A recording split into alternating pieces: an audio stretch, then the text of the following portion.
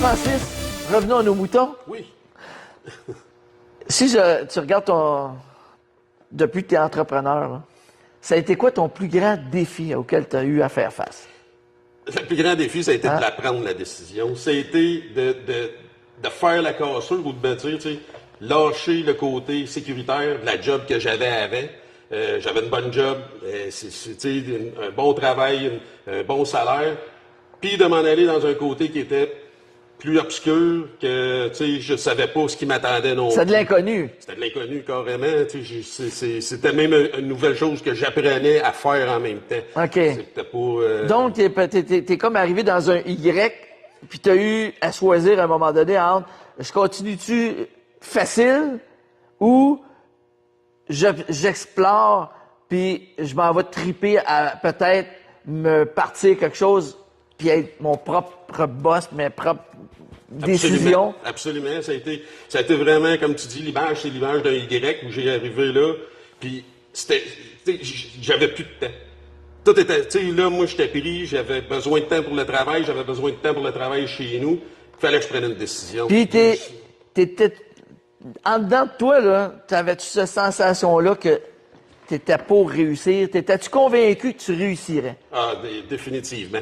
J'ai toujours eu comme idée que tous les travails que j'ai faits, pour les personnes pour qui j'ai travaillé, je me suis toujours donné à 100%, à 200%.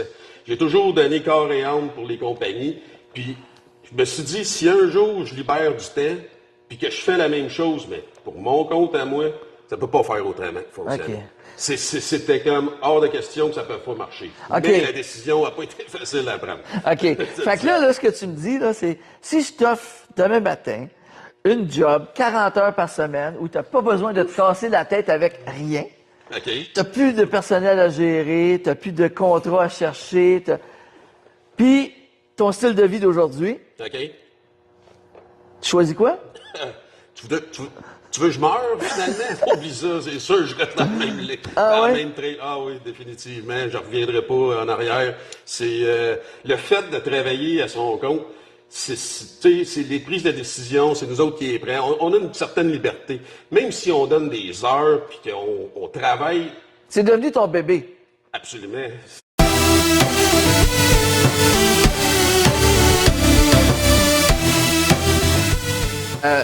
Quand tu as fait le transfert, si tu veux, là, de tout ça, c'est quoi l'aide que tu as eue? Je veux dire, tu dois avoir eu des trucs, des choses. Qu'est-ce qui a fait que ça a été quoi le passage, là? Comment ça s'est fait? Ben, au fil du temps, avec le travail que j'avais avant, j'avais la chance d'aller prendre des formations sur toutes sortes de sujets, que c'était autant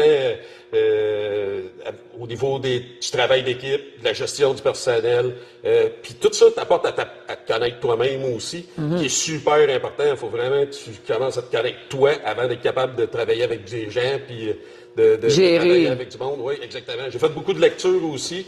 Plusieurs livres, des livres sur le travail d'équipe, des livres. Quand on s'était rencontrés à Cuba, justement, on en avait parlé. C'est vrai. Ton livre aussi, c'était vraiment super. C'est quelque chose qui est vraiment venu me chercher. Attends une seconde. Non, écoute, j'ai juste ça. Sérieusement, ça a été vraiment quelque chose qui m'a aidé puis qui venait me chercher. C'est toute la lecture, des recherches, des formations, c'est tout ça qui va nous aider. On peut avoir des formations, aller à l'école, aller à l'université, mais je pense qu'il y a des outils qui sont à notre disponibilité, puis qui sont vraiment accessibles à tout le monde. Il y a des vidéos, on peut avoir des conférences aussi. C'est toutes ces choses-là qui vont aider une bonne école. OK.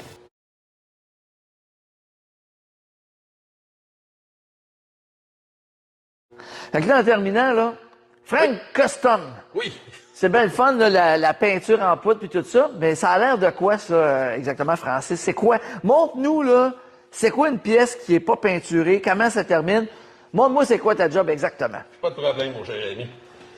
Ça, c'est une pièce brute qu'on reçoit d'un fabricant. OK. La pièce est belle, elle est bien montée, mais il reste toujours du polissage, de la finition à faire, le métal, le préparer. Fait que ce qu'on fait, c'est qu'on va toute la sabler, on va toute la polir, on va toute la rendre parfaite avant d'appliquer la peinture. Puis après ça, on applique la peinture. OK, ça, c'est le Toute résultat peinture, final? Ça, c'est le résultat final. OK, puis ça, c'est quoi exactement? Ça, c'est du powder coat. Ouais, mais ça, c'est quoi? C'est quoi Ça, ça? c'est des poignées qu'on fait pour Ironhold. Mon client, c'est Ironhold. C'est vendu dans tous les dealers de motos Harley-Davidson, puis tous les fabricants. Tous ceux qui modifient des motos OK, Harley-Davidson, tout ça, Oui. c'est toi qui fais ça. Exactement. On OK. fait toute la peinture pour toutes ces places-là. Il y a aussi, il y a pas juste Harley, il y a tout le monde qui font des modifications.